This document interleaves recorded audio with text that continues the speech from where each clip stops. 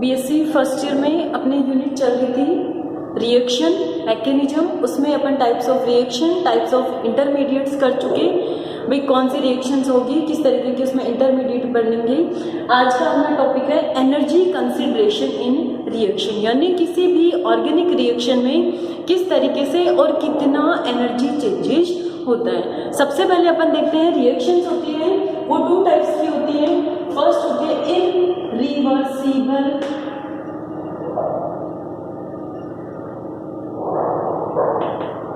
Reaction.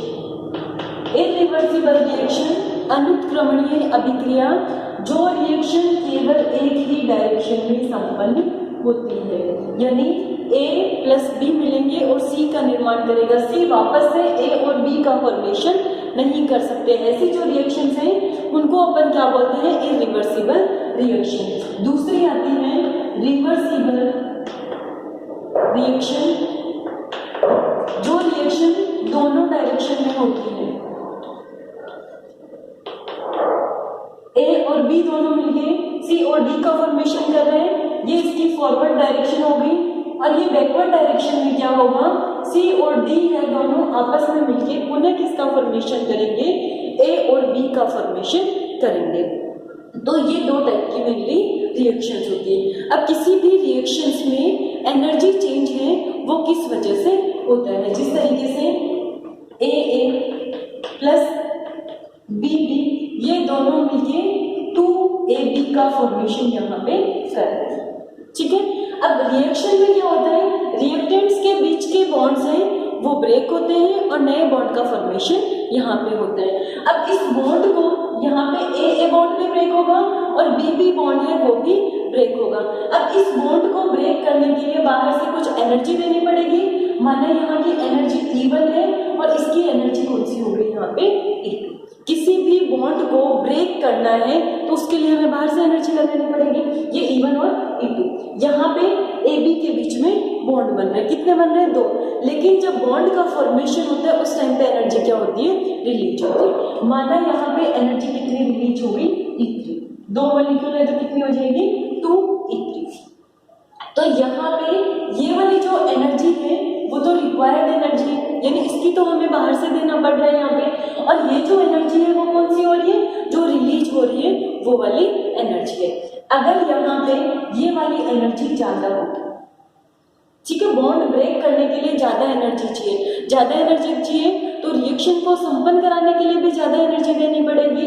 तो ये जो रिएक्शन होगी वो कौन सी होगी, अपनी एंडोथर्मिक रिएक्शन।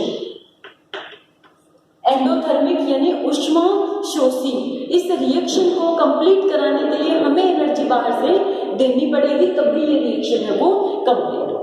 दूसरी कंडीशन हो सकती है कि जो रिलीज हो रही है वो एनर्जी ज्यादा हो, ये वाली एनर्जी ज्यादा हो रही है, मतलब जितनी चाहिए, जैसे चाहिए 100, रिलीज 104 हो रही है, तो एक्स्ट्रा एनर्जी कितनी बाहर रिलीज हो गई, 4। ठीक है, तो एनर्जी बाहर रिलीज हो रही है, उस कंडीशन को अपन क्या कहेंगे, एक्सोथर्मिक रिएक्शन या ऊष्माक्षेपी अभिक्रिया। तो इस तरीके से रिएक्शन में एनर्जी चेंज किसकी वजह से होते हैं, रिएक्टेंट्स के बीच में बॉन्ड टूटते हैं और बॉन्ड को तोड़ने के लिए बाहर से एनर्जी देनी पड़ती है और प्रोडक्ट्स में नए बॉन्ड का फॉर्मेशन होता है, उससे एनर्जी क्या हो रही है, वहां पे रिलीज। ठीक है, तो ये दो चीजें, एक एंडोथर्मिक रिएक्शन आ गई और दूसरी कौन सी रिएक्शन आ गई, अपने एक्सोथर्मिक रिएक्शन हो गई। अब कोई भी रिएक्शन है वो फिजिबल होगी या नहीं होगी, ये सब अपन एक थर्मोडायनेमिक फैक्टर है डेल्टा जी, इसको बोलते हैं गिब्स फ्री एनर्जी, इससे कैलकुलेट कर सकते हैं। डेल्टा जी की वैल्यू है वो दो चीजों पे डिपेंड करता है, डेल्टा एच रिएक्शन की एनर्जी या एंथैल्पी हो गया, और डेल्टा एच होता है यहाँ पे एंट्रोपी। डेल्टा एच क्या है, एंथैल्पी यानी इस रिएक्शन में एनर्जी चेंजेस कितना हुआ है। डेल्टा एस है एंट्रोपी, एंट्रोपी यानी किसी भी सिस्टम में कितनी अव्यवस्था है, जितने ज्यादा मॉलिक्यूल होंगे उसकी एंट्रोपी उतनी ही ज्यादा होगी। ठीक है, तो इससे अपन कैसे कैलकुलेट करते हैं, इनका एक रिलेशन है, delta T equals to delta H minus T delta S. ठीक है, तो इस रिएक्शन में किसी भी डेल्टा जी की वैल्यू नेगेटिव आ रही है तो रिएक्शन है फॉरवर्ड डायरेक्शन में, यानी आगे की तरफ बढ़ेगी, या फिर इसको कह सकते हैं स्पॉन्टेनियस रिएक्शन, यानी ये खुद होने वाली रिएक्शंस होती हैं, इनको संपन्न कराने के लिए कुछ ज्यादा एफर्ट नहीं करने पड़ते। दूसरी हो सकती है delta G equals to positive, ये होती है नॉन स्पॉन्टेनियस रिएक्शन, ये खुद नहीं होती। एक हो सकती है delta G equals to zero, ये कौन सी कंडीशन में होगी, इक्विलिब्रियम, जब कोई भी रिवर्सिबल रिएक्शन इक्विलिब्रियम में होगा वहां पे डेल्टा जी यानी गिब्स फ्री एनर्जी है उसकी वैल्यू कितनी हो जाएगी, यहाँ पे जीरो हो जाएगी। अब इस इक्वेशन में देखो डेल्टा जी की वैल्यू रिएक्शन करवाने के लिए कैसी होनी चाहिए, नेगेटिव होनी चाहिए। तो कोई भी reaction delta H, delta H यानी एनर्जी चेंजेस, ये रिएक्शन अगर एंडोथर्मिक है तो एनर्जी इसमें एब्जॉर्ब होगी, उस कंडीशन में डेल्टा एच कैसा होगा, पॉजिटिव होगा। और अगर रिएक्शन एक्सोथर्मिक है तो वहां पे डेल्टा एच की वैल्यू क्या होगी, नेगेटिव।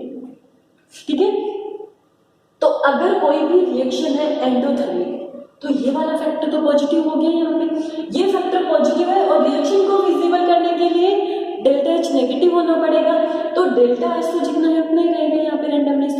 तो टेम्परेचर अगर हाई कर देंगे तो यहाँ पे टेम्परेचर अगर हाई किया अपन ने तो ये वाला फैक्टर माइनस वाला बढ़ जाएगा, यहाँ पे प्लस वाला कम हो जाएगा, तो डेल्टा जी की वैल्यू कैसी हो जाएगी, यहाँ पे नेगेटिव वैल्यू डेल्टा जी की हो जाएगी। ठीक है, और अगर किसी भी रिएक्शन में रिएक्टेंट से प्रोडक्ट की तरफ जा रहा है, जिस तरीके से ए प्लस बी प्लस सी तीनों मिलके एक ही प्रोडक्ट का फॉर्मेशन कर रहा है, तो एंट्रोपी किधर ज्यादा होगी, यहाँ पे 3 मॉलिक्यूल है तो यहाँ पे एंट्रोपी ज्यादा है, इधर जाए तो केवल एक ही मॉलिक्यूल बन रहा है, तो यानी एंट्रोपी की वैल्यू कम हो रही है, डेल्टा एस की वैल्यू कैसी हो जाएगी, यहाँ पे नेगेटिव। डेल्टा एस नेगेटिव हो गया तो ये पूरी चीज किसमें बन जाएगी, पॉजिटिव होगी। भाई ये नेगेटिव है तो टेम्परेचर चाहे कितना भी रख दो नेगेटिव नेगेटिव, ये पूरा फैक्टर कैसा हो गया, यहाँ पे पॉजिटिव हो गया। तो ये रिएक्शन एक ही कंडीशन में स्पॉन्टेनियस हो सकती है जब डेल्टा एच की वैल्यू कैसी होनी चाहिए, इसमें नेगेटिव, और वो भी काफी ज्यादा अमाउंट में होनी चाहिए। तो ये सारी वैल्यूज आपको पुट करके देखना है कि डेल्टा एच की वैल्यू पॉजिटिव होगी तब कब स्पॉन्टेनियस होगी, और कोई भी रिएक्शन अगर एंडोथर्मिक है, एंडोथर्मिक यानी डेल्टा एच की वैल्यू पॉजिटिव है और एंट्रोपी भी उसमें कम हो रही है, आया समझ में। भाई डेल्टा एच है वो भी पॉजिटिव है और डेल्टा एस कैसा हो गया, नेगेटिव। पॉजिटिव है तो ये वाला फैक्टर भी प्लस में हो गया, डेल्टा एस माइनस है तो माइनस माइनस ये वाला फैक्टर भी किसमें हो गया, यहाँ पे प्लस में हो गया यहाँ पे।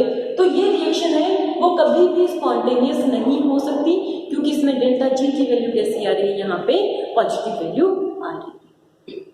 ठीक है, तो इस तरीके से अपन निकालेंगे कि रिएक्शन की एनर्जी है वो किस तरीके से चेंज होती है, और दूसरा अपन ने देखा रिएक्शन की स्पॉन्टेनिटी है वो किससे निर्धारित करेंगे, वो एक थर्मोडायनामिक फैक्टर है, कौन सा, delta G, Gibbs free energy है उससे कैलकुलेट किया जाता है, और ये किस पे डिपेंड करता है, इन दो पे, डेल्टा एच और डेल्टा एस में, और इन दोनों में ये रिलेशन होता है delta G equals to delta H minus T delta S हो गई। यहाँ पे डेल्टा जी की वैल्यू रिएक्शन की नेगेटिव है तो ये फिजिबल होगी, स्पॉन्टेनियस यानी खुद होने वाली रिएक्शंस होगी। डेल्टा जी पॉजिटिव है तो नॉन स्पॉन्टेनियस रिएक्शन होगी, और डेल्टा जी की वैल्यू अगर किसी रिएक्शन में जीरो आ रही है मीन्स ये रिएक्शन किसमें होगी, इक्विलिब्रियम में होगी। ठीक है, तो ये अपना हो गया एनर्जी कंसिडरेशन। अब अपन पढ़ते हैं कि रिएक्शन की काइनेटिक्स।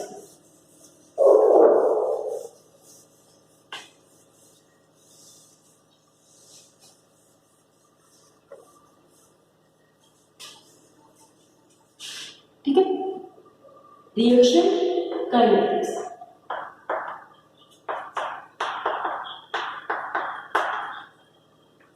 रिएक्शन काइनेटिक्स यानी किस तरीके से रिएक्टेंट के मॉलिक्यूल हैं वो प्रोडक्ट के मॉलिक्यूल्स में कन्वर्ट होते हैं। इस कंसेप्ट को समझाने के लिए दो थ्योरी दी गई है।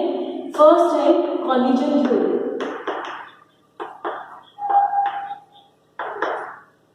और सेकेंड है transition state theory.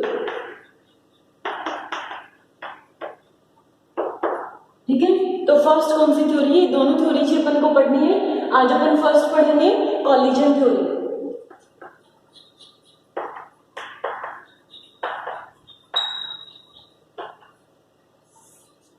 Collision Hindi में क्या बोलते हैं इसको, टक्कर। ठीक है, तो कॉलिजन यानी रिएक्टेंट्स के मॉलिक्यूल्स हैं उनकी आपस में टक्कर होगी और उसी टक्कर का परिणाम है कि रिएक्टेंट के मॉलिक्यूल है वो किस में कन्वर्ट हो जाएंगे, प्रोडक्ट में कन्वर्ट हो जाएंगे। लेकिन यहाँ पे एक चीज इंपॉर्टेंट है कि प्रत्येक कॉलिजन है, हर एक टक्कर हो रही है, उसका मतलब ये नहीं है कि वो रिएक्टेंट के मॉलिक्यूल प्रोडक्ट में कन्वर्ट हो रहे हैं। यहाँ पे एक दूसरी टर्म काम मिलेंगे अपन, इफेक्टिव कॉलिजन, प्रभावी टक्कर। ठीक है, तो जब भी रिएक्टेंट के मॉलिक्यूल्स में इफेक्टिव कॉलिजन होगी तब रिएक्टेंट के मॉलिक्यूल हैं वो किस में कन्वर्ट हो जाएंगे, प्रोडक्ट में कन्वर्ट हो जाएंगे। अब यहाँ पे देखो इफेक्टिव कॉलिजन से मतलब है दो चीजों से है, एक है प्रॉपर ओरिएंटेशन। प्रॉपर ओरिएंटेशन यानी रिएक्टेंट्स के मॉलिक्यूल्स आपस में टक्कर कर रहे हैं तो उनका ओरिएंटेशन भी सही होना चाहिए, भी ज्यादा से ज्यादा वो टक्कर कर सके और एनर्जी से प्रोड्यूस। तो यहाँ पे फर्स्ट फैक्टर है प्रॉपर ओरिएंटेशन होना चाहिए और सेकंड है प्रॉपर एनर्जी, तब भी वो कॉलिजन इफेक्टिव होगी। रिएक्टेंट्स के मॉलिक्यूल्स की टक्कर से इतनी एनर्जी उनको मिल जाए कि वो रिएक्टेंट के मॉलिक्यूल हैं वो प्रोडक्ट के मॉलिक्यूल में कन्वर्ट हो जाए और जो एनर्जी चाहिए उस एनर्जी को बोलते हैं एक्टिवेशन एनर्जी। ठीक है, देखो इसमें एक डायग्राम बना के देखते हैं। इधर पोटेंशियल एनर्जी, इधर रिएक्शन आगे बढ़ रही है।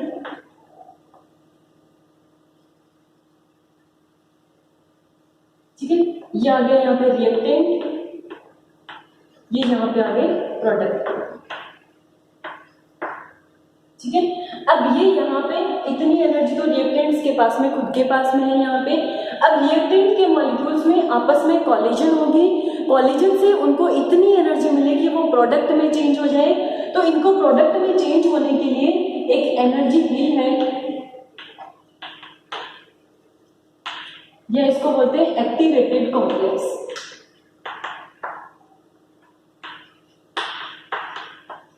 ठीक है, तो इन रिएक्टेंट के मॉलिक्यूल की आपस में टक्कर हो कि वो रिएक्टेंट के मॉलिक्यूल है वो इस एनर्जी बैरियर को, या जो चोटी है, जो बैरियर आ रहा है इसके बीच में, इसको पार कर जाए और ये जो एक्स्ट्रा एनर्जी है उसको क्या बोलते हैं, एक्टिवेशन एनर्जी। और ये किससे मिलती है, इफेक्टिव कॉलिजन से मिलेगी।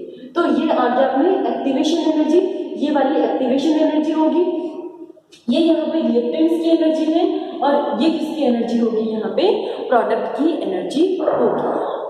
ठीक है, तो ये आ गया अपने कॉलिजन थ्योरी में। अब इसमें देखो कॉलिजन थ्योरी में अपन एनर्जी चेंज के लिए एक एग्जांपल लेते हैं।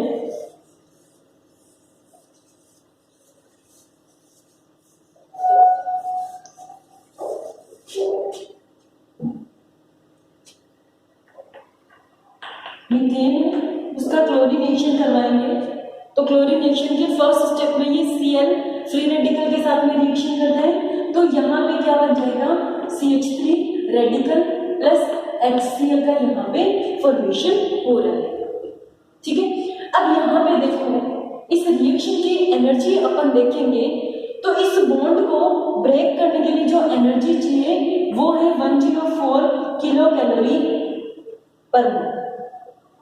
और ये यहाँ पे ये बॉन्ड तो ब्रेक होगा CH3 और H का, H और Cl में बॉन्ड का फॉर्मेशन हो रहा है। इस बॉन्ड के फॉर्मेशन में जो एनर्जी रिलीज हो रही है वो है 103 किलो कैलोरी पर मोल।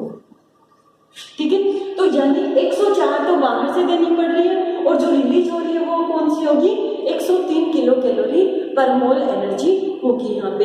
यानी इस रिएक्शन को अगर अपन थ्योरेटिकली देखें तो कंप्लीट होने के लिए कितनी एनर्जी बाहर से देनी पड़ेगी, केवल 1 किलो कैलोरी पर मोल। बट प्रैक्टिकली देखा गया कि 1 किलो कैलोरी पर मोल पे ये रिएक्शन है वो कंप्लीट नहीं होती, इसको कंप्लीट होने के लिए 4 किलो कैलोरी पर मोल एनर्जी की जरूरत होती है, और ये कौन सी एनर्जी होगी, इस रिएक्शन की एक्टिवेशन एनर्जी यहाँ पे होगी। ठीक है, ये यहाँ पे रिएक्टेंट की एनर्जी है।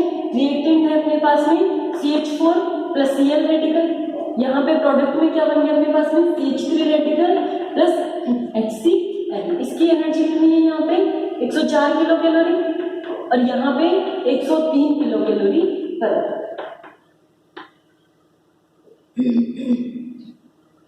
तो यहाँ पे जो 1 किलो कैलोरी है वो होगी रिएक्शन की एनर्जी, एक्टिवेशन एनर्जी नहीं होगी, ये होगी रिएक्शन, यानी रिएक्शन में इंसर्ट हो रही है या फिर रिएक्शन में रिलीज हो रही है यहाँ पे। तो ये है इसमें एक्टिवेशन एनर्जी, और ये कितनी होगी +4 किलो कैलोरी पर मोल। ये यहाँ पे बन रहा है एक्टिवेटेड कॉम्प्लेक्स। एक्टिवेटेड कॉम्प्लेक्स में क्या होगा कि CH3 और H के बीच का बॉन्ड है वो तो ब्रेक हो रहा होगा यहाँ पे, और H और जो Cl है उसके बीच में बॉन्ड बन रहा होगा। एक्टिवेटेड कॉम्प्लेक्स में रिएक्टेंट्स के बॉन्ड है वो टूटना शुरू हो जाते हैं, और जो प्रोडक्ट में बॉन्ड है वो बनना शुरू हो जाते हैं इसमें। तो इस तरीके से कोई भी रिएक्टेंट है वो प्रोडक्ट में कब कन्वर्ट होगा, इफेक्टिव कोलिजन से। इफेक्टिव कोलिजन से उसको एक्टिवेशन एनर्जी मिलेगी, और वो एनर्जी बैरियर को पार करके किस में चेंज हो जाएगा, प्रोडक्ट में चेंज हो जाएगा। तो ये कौन सी थ्योरी आ गई अपनी इसकी, कोलिजन थ्योरी। की कोलिजन थ्योरी के अकॉर्डिंग रिएक्शंस है वो किस तरीके से संपन्न होती है। ओके, नेक्स्ट क्लास में अपन पढ़ेंगे ट्रांजिशन स्टेट